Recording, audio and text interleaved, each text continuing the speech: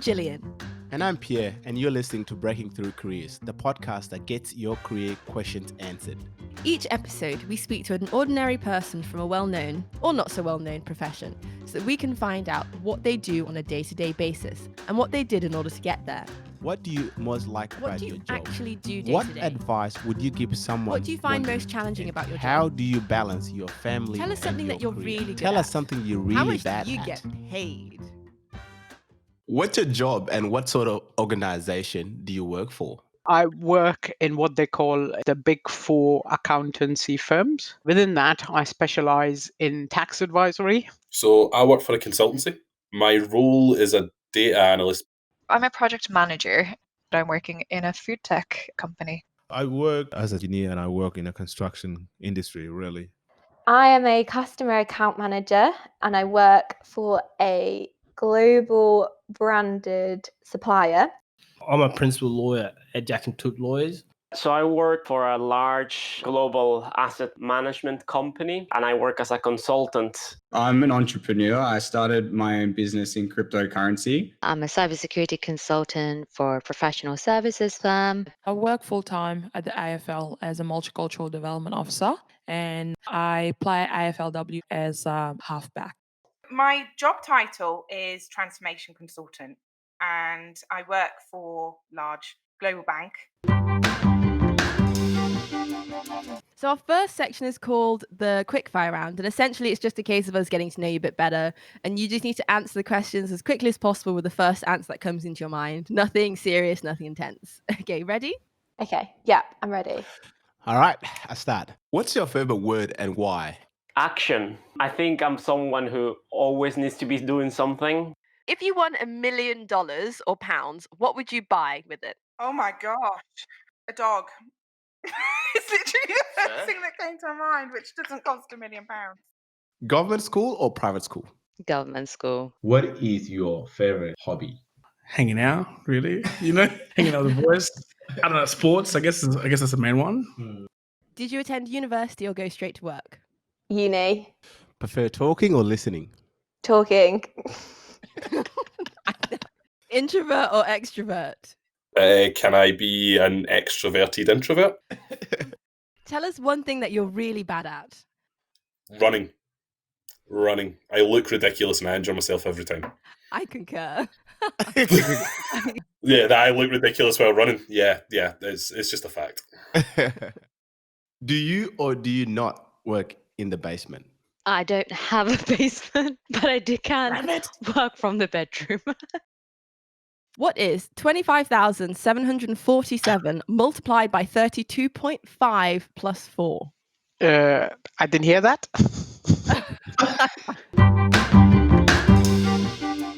This next round is about you. Did you know what you want to be when you grow up? Not this. When I was really little, I wanted to be like on the West End, like a musical star. And then I realised that I can't sing, I can't dance that well, and I can't act. So once I got over that, I didn't know that I wanted to be what I do today, but I kind of used to dream that I would be a successful businesswoman who was like known within her industry for her own right. What was your route from the age of about 16 to where you are now career-wise? So 16 onwards, so we've been through my teenage crisis where I didn't know what I wanted to do with my life. So university, I studied psychology. It was a 3-year degree, but I chose to do a year abroad. I think when people think of psychology, they're like, oh, so you read minds, do you? But it was so varied. So when I left college, I thought, oh, maybe I'll go into something like HR. So applied for a couple of different things. I started working in recruitment, first of all, actually, and I lasted 4 months. It was not for me. Then I went to work in an accountancy firm doing kind of a general operations role. I was given, I think, 3 projects during my time there to manage. I did my best and liked how it worked, I think. So I decided to look for a job that would just give me a bit more formal training and teach me how to actually be a project manager. So that's when I started my kind of formal project management career. On to our next section. This one's called current role. So we're just going to try to find out a bit more about what you do on a day-to-day basis. Is there a difference between a solicitor and a barrister? Like a doctor and a specialist, that's what it is. Your solicitor is your GP, and then your barrister is a specialist. Last 3 years I've done criminal law, so that's sort of my expertise. But say if you come to me and if you're charged with murder and it's going to go to trial, those sort of charges, those sort of cases require expertise, and that's where people like barristers, and this would be a senior barrister, because they specialize in trials. That's what they do. They're in court on their feet every day. Objection, Your Honor. I want that struck from the record. I think you're watching a lot of TV show. That is true. It's not as flashy as it is in the TV series. What do you really like about your job, and what do you least like about your job?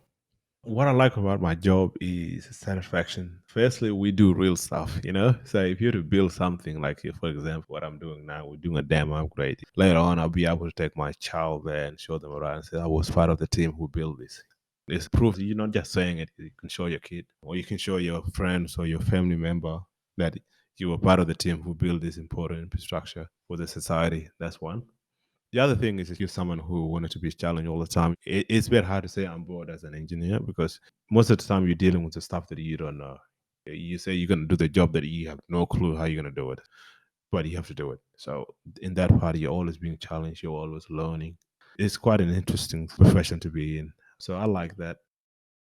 What's the starting salary and what's the top earners within your industry? Oh, let's start with the top earners, which I'll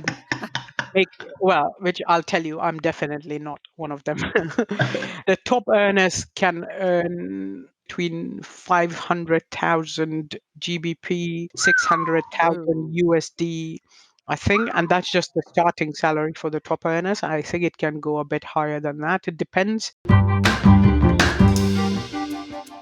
Now the fun part, the myth-busting questions, where we try to tackle some of the stereotype about your industry. Data analysis is boring. More myth or fact? I think it depends on the mindset. So I would say it is a myth. If you like problems, it doesn't even need to be math problems or anything like that. If you just like sorting problems, putting things in a nice box, it's the kind of job that you could do great. All those who work in cybersecurity are super nerds who sit at computer screens in basements whilst eating loads of pizza. Myth or fact? Big myth. Honestly, like one of my seniors came from a law background. No one's eating peanut butter under a basement. In fact, if you have people skills, it's almost a breath of fresh air. Everyone wants to get these people in, but it's just there's no one coming through the door. So if you are different, use it as like an advantage, because it's so sought after at the moment. We're in a field where we're having a shortage of these skills. So you coming in and having a different perspective or a point of view or a background is another addition to something that we really need at the moment.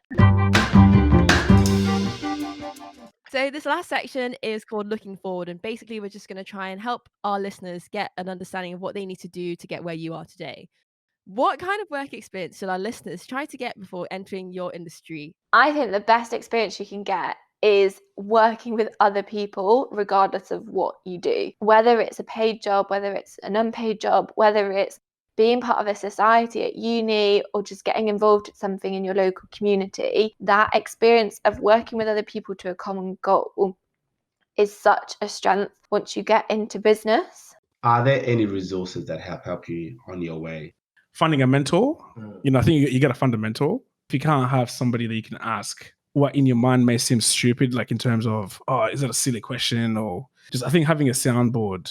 Earlier on, he's become one of my best friends. He gave me my first introduction into the corporate world. He ran a magazine business in Adelaide, and his company specialized in like a business article. And so he'd run events. Because of the nature of his business being a very sort of network-based business, whenever he had events, I'd go there, and literally my job was to just hand out name badges. You look up to those conferences, and there's a guy there just smiling with name badges. That was me.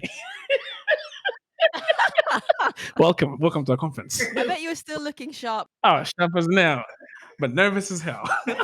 I'm like, please don't ask me any questions. take the name badge and run. But I would sit there and see the guest list of who's there, and I'd research these people, and I'd literally just email them.